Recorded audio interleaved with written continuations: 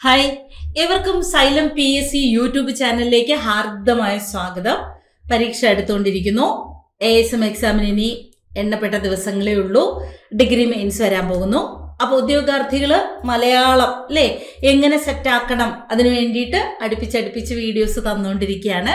ഇപ്പൊ സൈലം യൂട്യൂബിനെ ആശ്രയിക്കുന്ന ഉദ്യോഗാർത്ഥികൾക്കായിട്ട് last round ഒരു റിവിഷൻ ക്വസ്റ്റ്യൻസുമായിട്ടാണ് ഞാൻ വന്നിരിക്കുന്നത്. നമ്മൾ മാരത്തോണായിട്ടും അല്ലാതെയും ഒക്കെ സൈലം PSCയുടെ യൂട്യൂബിലൂടെ ആവശ്യമായിട്ടുള്ള വീഡിയോസ് തരുന്നുണ്ട് അല്ലേ. അപ്പൊ അതുകൊണ്ട് തന്നെ എല്ലാവർക്കും ഒരു വീഡിയോയുടെ നോട്ടിഫിക്കേഷൻ വരുമ്പോൾ തന്നെ പെട്ടെന്ന് കയറാനും കാണാനും അത് മാർക്കായിട്ട് പരിണമിക്കാനും ഒക്കെ വരുന്നത് ഒരു വലിയ കാര്യം തന്നെയാണ്. അപ്പൊ നമുക്ക് ഇന്ന് കുറച്ച് പ്രധാനപ്പെട്ട ചോദ്യങ്ങളിലേക്ക് പോകാം. ഒന്നാമത്തെ ചോദ്യം നോക്കൂ. ശരിയായ പ്രയോഗം തിരിച്ചറിയുക. വിശ്വസ്തൻ ഈ പദം നമ്മൾ ഉപയോഗിക്കും, പക്ഷെ പലപ്പോഴും നമുക്ക് ഡൗട്ടാണ് എങ്ങനെയാണ് വിശ്വസ്തൻ എന്ന് എഴുതുന്നത് എന്ന് അല്ലേ. വിശ്വസ്തൻ നോക്കൂ, option B is the right answer. അതേസമയം അസ്വസ്ഥൻ എങ്ങനെ എഴുതും? ഇതാട്ടെ, അസ്വസ്ഥൻ. കഥ പറഞ്ഞുകൊണ്ടിരുന്നപ്പോൾ അയാൾ അസ്വസ്ഥനായി, കഥയുടെ തായാണ് അസ്വസ്ഥൻ. ഇനി അപ്പൊ വിശ്വസ്തൻ ഇതാണ്, ഓപ്ഷൻ ബി ആണ് വിശ്വസ്തൻ, അസ്വസ്ഥൻ. ഇനി നോക്കിക്കേ, കാര്യസ്ഥൻ എങ്ങനെയാ എഴുതുന്നതെന്ന്. കാര്യസ്ഥനിൽ കഥയുണ്ട്, കാര്യസ്ഥൻ. ഇനി ഗുമസ്തൻ എന്ന് എഴുതുമ്പോൾ നോക്കിക്കേ, ഗുമസ്തൻ വെറും താമതി കേട്ടോ ഗുമസ്തന്. അപ്പം അസ്വസ്ഥൻ, കാര്യസ്ഥൻ, ഗുമസ്തൻ, വിശ്വസ്തൻ. ഇനി ഏത് താ വേണം? ഗൃഹസ്ഥൻ വേണോ? ഗൃഹസ്ഥൻ എന്ന് പറഞ്ഞാൽ ഗൃഹത്തിന്റെ നാഥൻ. അപ്പൊ അസ്വസ്ഥൻ, കാര്യസ്ഥൻ, ഗൃഹസ്ഥൻ, ഗുമസ്തൻ, വിശ്വസ്തൻ എല്ലാം ഓക്കെ ആയില്ലേ. അടുത്ത് നോക്കണേ, കാടിന്റെ പര്യായ ശബ്ദം കണ്ടെത്തുക. അടവി, കന്ധരം, വാപി, പാദപം. എന്താണ് ഈ പദങ്ങൾ കൊണ്ട് ഉദ്ദേശിക്കുന്നത്? അടവി കൂടാതെ ഇപ്പൊ PSC ഒരെണ്ണം കൂടി ചോദിച്ചു അല്ലെ, ഗഹനം, കാന്താരം. നമ്മളെ തെറ്റിക്കാൻ കന്ധരം എടുത്തിട്ടിട്ടുണ്ട്. കാന്താരം എന്താണ്? വനമാണ്. കാന്താരം വനം, വനമാണ്. കന്ധരമാണെങ്കിൽ കഴുത്താണ്. കന്ധരം എന്താ? കഴുത്ത്. കന്ധരം കഴുത്ത്. പാദപമോ? വൃക്ഷം. പാദപം വൃക്ഷം. വാപ്പിയോ? കുളം. അടവി, ഗഹനമൊക്കെ കാന്താര സിനിമ കണ്ടിട്ടില്ലേ? കാന്താര സിനിമ, അതിനകത്ത് പിന്നെ ഇങ്ങനെ കാടിന്റെ ആംബിയൻസ് അല്ലേ കാണിക്കുന്നത്. അപ്പൊ കാന്താരം ഇങ്ങനെയാണ് എഴുതുന്നേ, വെറുമിന്ത. കാന്താരം, അടവി, ഗഹനം, വിപിനവും എന്ത് തന്നെ? കാട് തന്നെ. അതുകൊണ്ടാണ് വിപിൻ കുമാറിനെ നമ്മൾ ഇവിടുത്തെ സ്റ്റുഡിയോയില് വിപിൻ കുമാറിനെ ഞാൻ ഫോറസ്റ്റ് കുമാറെ എന്ന് വിളിക്കും. അതായത് വിപിനം കാട് അല്ലേ. അപ്പൊ കുട്ടികൾക്ക് മറന്നു പോകാതിരിക്കാനായിട്ട്, അതായത് കുട്ടികളുടെ പ്രിയപ്പെട്ട മോഹമുന്തിരി, പാവം അവന്റെ ഇരട്ട പേര് മോഹമുന്തിരി എന്നാണ്. സ്റ്റുഡിയോയുടെ എല്ലാ കാര്യങ്ങളും യൂട്യൂബിന്റെ കാര്യങ്ങളും ഒക്കെ വിപിനാണ് നോക്കുന്നത്. അതായത് ഒരു ദിവസം പഠിപ്പിച്ചുകൊണ്ടിരുന്നപ്പോൾ മോഹം എന്ന് അർത്ഥം വരുന്ന, മോഹത്തിനെ കുറിച്ചൊക്കെ പറഞ്ഞപ്പോൾ ഞാൻ പറഞ്ഞു, മോഹം എന്ന അർത്ഥം വരുന്ന അതിനെന്താ പറയുക, ഈക്ഷ എന്നൊക്കെ പറയും. അതായത് മോഹം, ത്വര, അഭിവാഞ്ച എന്നൊക്കെ പറയും ഈ മോഹത്തിന്. അപ്പം ഞാൻ പറഞ്ഞു, മോഹം വരുന്ന ഒരു പാട്ട് പറഞ്ഞു തരുമോ വിപിനെ? അപ്പോൾ ഉടനെ വിപിൻ അപ്പോൾ സ്റ്റുഡിയോയിലുണ്ടായിരുന്നു. വിപിൻ പറയാണ്, മോഹമുന്തിരി വാറ്റിയ രാവിൽ. ഞാൻ പറഞ്ഞു, എൻ്റെ പൊന്നെ, ഇതാണോ ആപ്പിലൊക്കെ പാടാൻ പറ്റിയ പാട്ട്? എനിക്ക് പറ്റുന്ന ഒരു, എൻ്റെ വൈബിന് പറ്റിയ ഒരു പാട്ട് വേണ്ടേ? അപ്പം ഉടനെ പറഞ്ഞു തന്നു, ഏതാ പാവം, മോഹം കൊണ്ടു ഞാൻ. അപ്പം ഞാൻ ഇങ്ങനെ പറഞ്ഞു, അഭിവാഞ്ച കൊണ്ടു ഞാൻ, അങ്ങനെ പാടാൻ വേണ്ടിയിട്ടൊരു പാട്ടായിരുന്നു. അങ്ങനെ പാവം മോഹമുന്തിരി എന്നൊരു ഇരട്ട പേരും കഴിഞ്ഞ് LD ബാച്ചിലെ മക്കള് വിപിന് കൊടുത്തിട്ടുണ്ട്. അപ്പൊ വിപിൻ കുമാർ ഇവിടുത്തെ ഫോറസ്റ്റ് കുമാറാണ്. വിപിനം വനം, ഗഹനം വനം. ഗഗനമാണെങ്കിലോ ആകാശം. ഗഗനം ഗംഗയുടെ ഗ, രണ്ടും ഗായാണെങ്കിൽ ആകാശം. ഗഹനം കാട്. ഇനി ഡിഗ്രി എന്താ? Degree question number 93. ഡിഗ്രി വിധി. കേസിന്റെ ഡിഗ്രി എന്തായി വക്കീലെ എന്ന് ചോദിക്കണം. വക്കീലെ കേസിന്റെ ഡിഗ്രി എന്തായി വക്കീലെ എന്ന് ചോദിച്ചാൽ മതി. ഡിഗ്രി വിധി. അതെല്ലാം എൻ്റെ ഡിഗ്രി പോലെ നടക്കട്ടെ, എൻ്റെ വിധി. അത് ഡെസ്റ്റിനി, അത് വേറെ. ഇത് നമ്മളെ കോടതിയിൽ വാദിച്ച് എടുക്കുന്ന ആ എന്താ ജൂറിയുടെ അവസാനം വരുന്ന ആ വിധിയില്ലേ, അതിനെയാണ് നമ്മൾ എന്താ പറയുന്നത്, ഡിക്രി എന്ന് പറയുന്നത്. 94 ഒറ്റപ്പദം എഴുതുക. കൃഷിയെ സംബന്ധിച്ചത് കാർഷികം. യെസ്, കായത്തെ സംബന്ധിച്ചത് സാമ്പാറിലിടുന്ന കായമല്ല, ഇത് ശരീരം, കായികം. ബുദ്ധിയെ സംബന്ധിച്ചത് ബുദ്ധിയാണെങ്കിൽ ബൗദ്ധികം, ബൗദ്ധികം. മനസ്സിനെ സംബന്ധിച്ചത് മാനസികം, അതെന്താ, മാനസികം. അപ്പൊ കായികം, ബൗദ്ധികം, മാനസികം, അതിനെ സംബന്ധിച്ചത് എന്ന് പറയുമ്പോ ഇനി ദിഷണ, നിങ്ങൾക്കുണ്ടോ ദിഷണ? ഉണ്ടോ ദിഷണ? എനിക്കുണ്ട് ദിഷണ. ദിഷണ എന്ന് പറഞ്ഞാലേ ദൈക്ഷണികം, ദിഷണ എന്നൊക്കെ പറഞ്ഞ ധിഷണ എന്താ, ബുദ്ധി, ബുദ്ധി. അപ്പോ ബുദ്ധിയെ സംബന്ധിച്ചത് ധൈഷണികം, ധൈഷണികം, ദൈഷ്ണികമല്ല ധൈഷണികം. ഓക്കെ, അപ്പോ ദിഷണ ബുദ്ധിയാണ്. ഒറ്റപ്പദം കാർഷികം. പിരിച്ചെഴുതുക. നിരർത്ഥം എന്താണ്? Question number 95. നീ വിസർഗചിഹ്നം പ്ലസ് അർത്ഥം, നിരർത്ഥം. നിരർത്ഥത്തിന്റെ വിപരീതം എന്താണ്? നിരർത്ഥം വിപരീതം സാർത്ഥം. എൻ്റെ പ്രാർത്ഥന സാർത്ഥമായി, അർത്ഥവത്തായി, അല്ലേ? എൻ്റെ കുട്ടികൾ പഠിക്കുന്നൊക്കെ സാർത്ഥകമാകട്ടെ. നിരർത്ഥകം എന്നൊരു പദമുണ്ട്. നിരർത്ഥമായതെന്തോ അത് നിരർത്ഥകം, എന്നാൽ അർത്ഥമുള്ളതെന്തോ അത് സാർത്ഥകം. ഓക്കെ അല്ലേ? ഇനി ബഹുവചന ശബ്ദം കണ്ടെത്തുക. പെങ്ങൾ ഏകവചനം, വൈദ്യർ പൂജക ബഹുവചനം, കുട്ടികൾ അലിംഗ ബഹുവചനം, കാർന്നൂര് പൂജക കാർന്നൂർ അല്ലെ, പൂജക ബഹുവചനം. അപ്പൊ ഇവിടെ കുട്ടികളല്ലേ ബഹുവചന രൂപം. സെറ്റ്. പുല്ലിംഗ ശബ്ദം നങ്ങ്യാർ, മഹാൻ, പ്രഭി, ബ്രാഹ്മണി.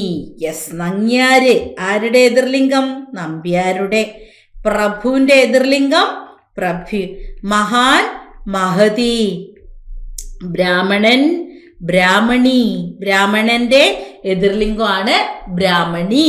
വിപരീത പദം കണ്ടെഴുതുക. ആരോഹണം അവരോഹണം. അങ്ങനെ പാട്ടൊന്നുമില്ല, ഞാൻ വെറുതെ പാടിയതാണ്. ഇങ്ങനെ പാട്ടൊന്നും ഓർത്ത് പോകരുത്, ഇതൊക്കെ എൻ്റെ പാട്ട്.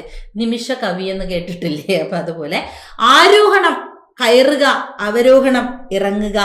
അനാവരണം ആവരണം. ആവരണം പൊതിഞ്ഞു വയ്ക്കല്, അനാവരണം തുറന്നു കാണിക്കൽ എന്നുള്ള അർത്ഥമാണ്. അനാച്ഛാദനം എന്താണ്? ആച്ഛാദനം. ആച്ഛാദനം എന്ന പദത്തിന്റെ അർത്ഥം എന്താണ് കുട്ടികൾ?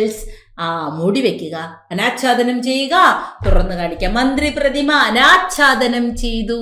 യെസ്. അപഹരണം എന്ന് പറഞ്ഞ മോഷ്ടിക്കൽ എന്നുള്ള അർത്ഥമേ ഉള്ളൂ, അതിന് പ്രത്യേകിച്ച് വിപരീതമായിട്ട് പറയാനില്ല. 99 മഹത് ചരിതം മഹച്ചരിതം. യെസ്. ശരത് ചന്ദ്രൻ, ശരത് ചന്ദ്രൻ, ശരചന്ദ്രൻ, ശരചന്ദ്രൻ. എന്താണ്?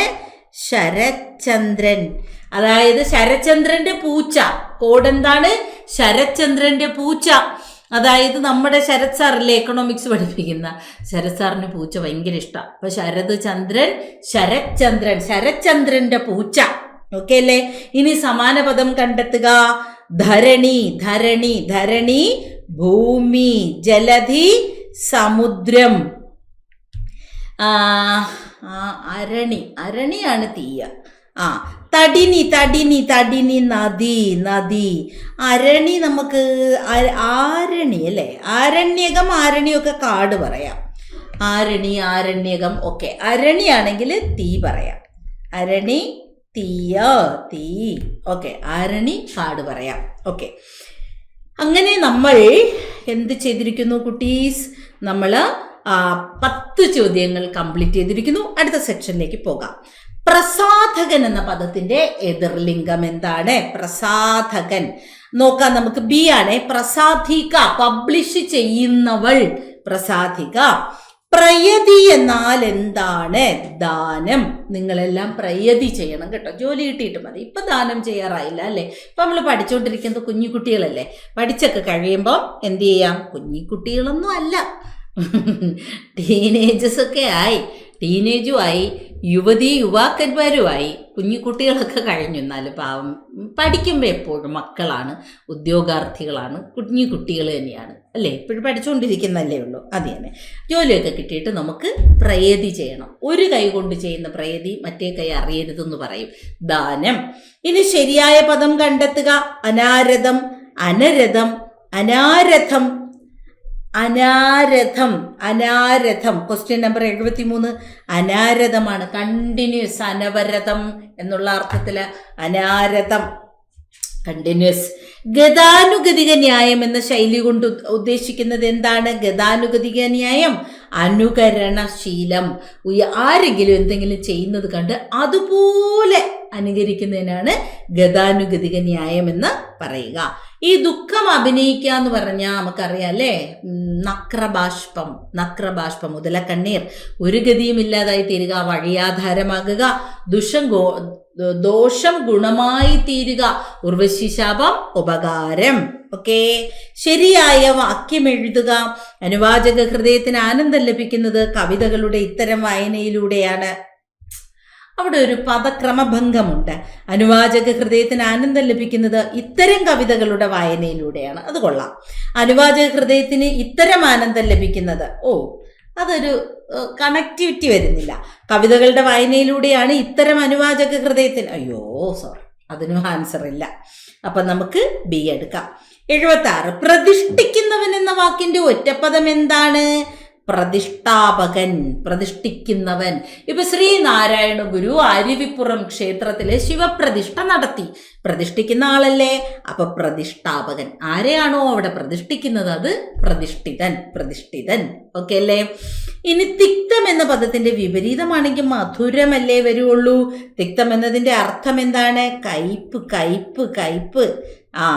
അടുത്ത ജനനിബിഡം, വിഗ്രഹിക്കുക. ജനനിബിഡം, ജനങ്ങളാൽ നിബിഡമായത്, ജനങ്ങളെ കൊണ്ട് തിങ്ങി നിറഞ്ഞത്, ജനങ്ങളാൽ നിബിഡമായത്. തജ്ജീവിതം പിരിച്ചെഴുതുക. തത് പ്ലസ് ജീവിതം 79 ബി ആണ്. തത് ജീവിതം, തഗ് ലൈഫ് എന്ന് നമ്മൾ പറയൂലേ, അതല്ല കേട്ടോ ഇത്. തത് ജീവിതം, അവന്റെ ജീവിതം എന്നുള്ള അർത്ഥം. തത് ജീവിതം, അവന്റെ ജീവിതം, തജ്ജീവിതം. ഓക്കെ അല്ലേ? തേജ. അതുപോലെ ഉത് പ്ലസ് ജ്വലം. ഉത് ജ്വലം എന്താവും? ഉജ്വലം. അതുപോലെ ഉത് സത് പ്ലസ് ജനവും പറയാം. സത് പ്ലസ് ജനം, സത് അധികം ജനം എന്താവും? സജ്ജനം മീൻസ് ഗുഡ് പീപ്പിൾ, നല്ല ആൾക്കാർ എന്നൊക്കെയുള്ള അർത്ഥം. അതുപോലെ ഉജ്ജീവനം, ഉയിർത്തെഴുന്നേൽപ്പ് എന്നുള്ള അർത്ഥം. ഉദ്ജീവനമാണ് എന്തായി മാറുന്നത്? ഉജ്ജീവനം. ഓക്കെ അല്ലേ? അടുത്ത ചോദ്യം ധന്യം. ഇതിന് നമുക്കൊരു കോഡ് എടുക്കാം. മരുഭൂമിയിലെ അരിയാണ് ധന്വന്തരി. സി. അപ്പൊ ധന്യം എന്ന പദത്തിന്റെ കറക്റ്റ് പര്യായം എന്താണ് എന്ന് ചോദിച്ചാൽ നമുക്ക് പര്യായം പറയാൻ പറ്റും മരുഭൂമി. ധന്യം, മരുഭൂമി. അടുത്ത സെക്ഷനിലേക്ക് പോകുന്നു. ഓക്കെ. ശില്പം. ശില, സാളഗ്രാമം, അഞ്ജന ശില ഒക്കെ വിഗ്രഹം ഉണ്ടാക്കാൻ ഉപയോഗിക്കുന്ന ശിലകളാണ്. ശില കൊണ്ട് നിർമ്മിച്ച ശില്പം. ശില ആകുന്നതല്ല, ശില നിർമ്മിതമായത് എന്ന് പറയണ്ട. ശില കൊണ്ട് നിർമ്മിച്ച ശില്പം എന്ന് നമുക്ക് പറയാം. അടുത്തത് പദച്ചേർച്ച. അന്ത്യം പ്ലസ് ഇല്ലാണ് അന്ത്യത്തിൽ. ധനാശി പാടുക, അവസാനിപ്പിക്കുക. ശരിയായ പദമേത്? കൈ അധികം ചെലവ്, കൈച്ചെലവ്. ഇത് ദ്വിത്വമാണ് അല്ലെ. കൈ പ്ലസ് ചെലവ് ചേർത്തെഴുതുമ്പോ എന്താവും? കൈച്ചെലവ് എന്നാവും. കൈച്ചെലവ്. ചേർത്തെഴുതുക. ഉത് അധികം മുഖമാണ്, ഉന്മുഖം. ഇപ്പൊ ഏതോ ഒരു പരീക്ഷയ്ക്ക് വന്നിരുന്നില്ലേ? ജഗത് പ്ലസ് മനസ്സ്. Yes, same rule. തമ ഇന്മ. ഇതുപോലെ നല് പ്ലസ് മായും എന്താവും? നന്മ. തില് മായും എന്താവും? തിന്മ. ഓക്കെ. ഇതുപോലെ ചിത് അധികം മുദ്ര ചേർക്കുമ്പോ ചിന്മുദ്ര എന്നാവും. ചിന്മുദ്ര. ഓക്കെ. അടുത്തത് വിനയിച്ചതിന് ഉദാഹരണം ഏതാണ്? നമുക്കിപ്പോ പരീക്ഷയുടെ സിലബസിൽ ഇല്ലെങ്കിലും ഇതൊരു പ്രീവിയസ് ഇയർ ക്വസ്റ്റ്യൻ ആണ്. രണ്ടും ആദ്യ പ്ലസിന്റെ ഇപ്പുറത്തല്ല, ആദ്യ പദവും രണ്ടാമത്തെ പദവും ക്രിയകൾ തന്നെ ആവുകയാണെങ്കിൽ അതിനെയാണ് നമ്മൾ വിനയിച്ചം. വിനയ്ക്ക് കീഴടങ്ങി നിൽക്കുന്നത്. വിന എന്ന് പറഞ്ഞാൽ എന്താണ്? ക്രിയ. അത്തരത്തിൽ ക്രിയയ്ക്ക് കീഴടങ്ങി നിൽക്കുന്നത്. ഇതൊക്കെ ഒറ്റ പദമല്ലേ? വരുന്നയാള്, കുട്ടി, കൊല്ലുന്ന രാജാവ്. അപ്പൊ ഇവിടെ നമുക്ക് വിനയിച്ചം രണ്ടിടത്തും എന്ത് വേണം? ക്രിയ വേണം. കാണുക, പോവുക എന്ന ക്രിയ. കാണാൻ പോയി, കാണുക, പോകുക. ഏത് വിചാരണ നേരിടാനും താൻ സന്നദ്ധനാണെന്ന് അയാൾ പറഞ്ഞു. ഈ വാക്യം എങ്ങനെ നമുക്ക് ശരിയാക്കാം? ഏത് വിചാരണയും നേരിടാൻ തയ്യാറാണ്. അയാൾ പറഞ്ഞിട്ടുണ്ടായിരുന്നു വിചാരണ നേരിടാമെന്ന്. വിചാരണ നേരിടാൻ സന്നദ്ധനാണെന്ന് അയാൾ പറഞ്ഞിട്ടുണ്ട്. വിചാരണ നേരിടാൻ സന്നദ്ധനാണെന്ന് അയാൾ പറഞ്ഞിട്ടുണ്ട് അല്ലെ? ഏത് വിചാരണ ആരാണെന്ന് നമുക്കറിയാൻ പറ്റത്തില്ല അല്ലെ? വിചാരണ നേരിടേണ്ടി വരുമെന്നത് സി ആണ് അവിടെ ആൻസർ. 96 അന്നം. അന്നം എന്നാൽ ഭക്ഷണം. ഊണിന് കൃത്യം, വാക്കിന് സത്യം. കയ്യൂക്കുള്ളവൻ കാര്യകാരൻ എന്ന് പറഞ്ഞാൽ എവിടെയും കഴിവുള്ളവൻ നേടും. ഒരു വെടിക്ക് 2 പക്ഷി. ഒരേ കാര്യം കൊണ്ട് അല്ലെങ്കിൽ ഒരു പ്രവൃത്തി കൊണ്ട് 2 കാര്യം സാധിക്കുക. കക്കാൻ പഠിച്ചാൽ നിൽക്കാൻ പഠിക്കണം. എന്തെങ്കിലും ഒന്ന് ചെയ്യുമ്പോൾ അതിനുള്ള പരിഹാരം കണ്ടെത്താനും അറിഞ്ഞിരിക്കണം. നിർദ്ദയം എന്ന വാക്കിന്റെ നേരെ വിപരീതം സദയം. ദയോടുകൂടിയത് സദയം, ഒരു ദയയുമില്ലാത്തത് നിർദ്ദയം. 100ാമത്തെ ചോദ്യം, നമ്മുടെ ലാസ്റ്റ് ക്വസ്റ്റ്യൻ. നമ്മൾ 30 ചോദ്യങ്ങൾ വെറും 25-30 മിനിറ്റ് കൊണ്ട് തന്നെ നമ്മൾ കംപ്ലീറ്റ് ചെയ്തിരിക്കുന്നു. വേദപാരംഗതൻ, ഈ പദം എങ്ങനെ വിഗ്രഹിക്കാം? വേദത്തിൽ പാരംഗതനായവൻ, അറിവുള്ളവൻ, അഗാധമായ അറിവുള്ളവനെയാണ് പാരംഗതൻ എന്ന് പറയുന്നത്. അപ്പൊ സെറ്റായി എന്ന് വിശ്വസിക്കുന്നു. 30 ചോദ്യങ്ങൾ നമ്മൾ പഠിച്ചു. അങ്ങനെ ഇനിയും നമുക്കൊരു കുറച്ച് ക്വസ്റ്റ്യൻസും ഒക്കെ ആയിട്ട് വീണ്ടും കാണാം. Okay, by.